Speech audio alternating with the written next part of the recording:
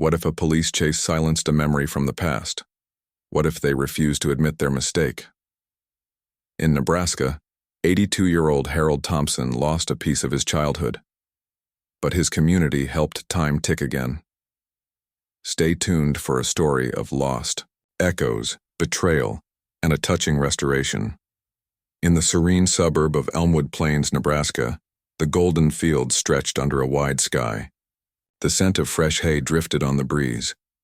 Here, Harold Thompson had lived for over 5 decades. He was an 82-year-old widower with a quiet demeanor. Harold had bought his $190,000 farmhouse with his late wife in 1970. It was a home filled with whispers of the past. On the cool morning of November 8, 2028, Harold sat in his living room. He stared at an old pendulum clock on the mantel. The clock had been his father's, a gift when Harold was just a boy. Its steady tick-tock had soothed him through childhood nights.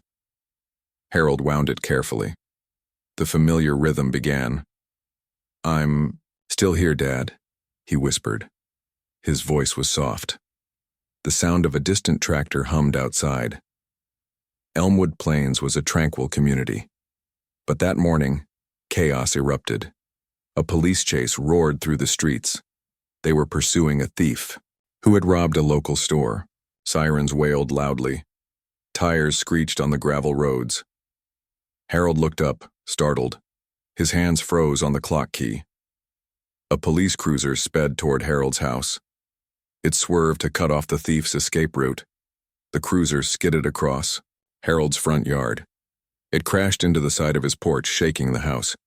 The jolt knocked the pendulum clock off the mantel. It hit the floor with a sickening thud. The glass face shattered. The ticking stopped. Harold rushed to the clock, his heart pounding. "No. Dad's clock," he gasped.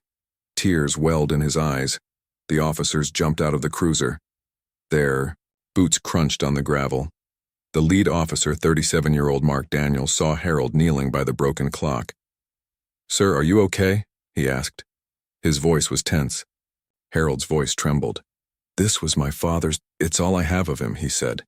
His hand shook as he touched the shattered glass. The silence in the room was deafening. Daniels radioed for backup. The static crackled as he spoke. "We've got a civilian upset, situation under control," he said. His tone was dismissive. The thief was caught a block away. Neighbors rushed out of their homes. They gasped at the sight of Harold's distress. Some knelt beside him. His breathing was heavy. The absence of the clock's ticking felt like losing his father again. Harold sat by the broken clock for hours. He gathered the pieces in his hands. Each tick-tock had been a memory of his father's laughter, his bedtime stories. He remembered being 5 years old, watching his father wind the clock. "This keeps our family's time," his father had said. Now the rhythm was gone. Tears fell onto the broken glass. The wind outside howled softly. The Homeowners Association took action. The HOA president, 50-year-old Linda Hayes, had known Harold for decades. Linda's grandfather had been friends with Harold's father. A neighbor's security camera had captured the incident. The footage showed the cruiser crashing into the porch. It showed the clock falling and breaking. But Officer Daniels denied responsibility. "The clock was already unstable," he claimed. His voice was cold. "We didn't cause his distress." Linda's heart ached for Harold. She held the camera footage tightly. "This isn't right," she said to the HOA board. Her voice was firm. "Harold deserves to hear that clock again." The board agreed to fight for him. They hired a lawyer to sue the police department. The rustle of legal documents filled their meeting room. Harold's loss became their mission. The community would not let him grieve in silence. The trial took place in a local courthouse. Residents packed the gallery. Their footsteps echoed on the tile floor. Harold sat in the front row. His hands trembled as he held a photo of his father winding the clock. His eyes were tired, hollow. The lawyer played the camera footage. The video filled the screen. It showed the cruiser's reckless crash. It showed the clock shattering. Gasps filled the courtroom. The evidence was clear. Officer Daniels took the stand. He shifted uncomfortably. "I didn't see the clock," he lied. His voice wavered. The judge's gaze was sharp. "The footage contradicts your statement," she said. Her tone was stern. The lawyer pressed further. "You saw Mr. Thompson in distress. Why didn't you take responsibility?" he asked. Daniels hesitated. I was focused on the suspect," he said. The courtroom murmured in disbelief. Harold spoke next. His voice trembled as he stood. "That clock was my father. His hands wound it for me," he said. Tears streamed down his face. "I'd listened to it as a boy. It was my comfort." He held up the photo, his father smiling proudly by the clock. "When it stopped, I lost him again." The courtroom fell silent. Jurors wiped their eyes. Linda squeezed Harold's shoulder. The judge delivered her verdict.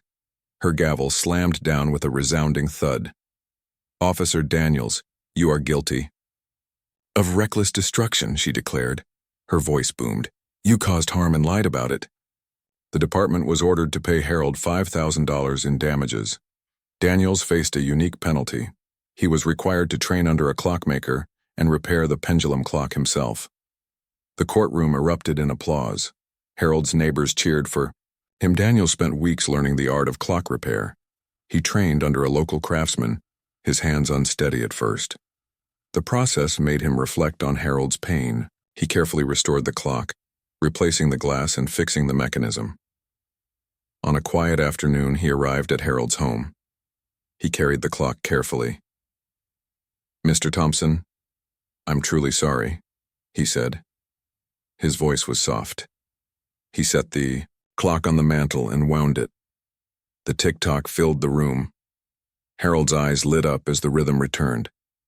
He touched the clock gently, as if touching his father's hand. "You're back, Dad," he whispered. His voice was tender. The community had more in store for Harold. Linda and the neighbors gathered at his home. They brought tools and a small plaque. They engraved "In Memory of Thomas Thompson" on the clock's base. The sound of their laughter warmed the house. Harold sat in his living room each evening. The clock's steady tick-tock brought back his childhood memories. He thought of his father's stories, his warm voice. "We're keeping time again, Dad," he said softly. His voice was calm.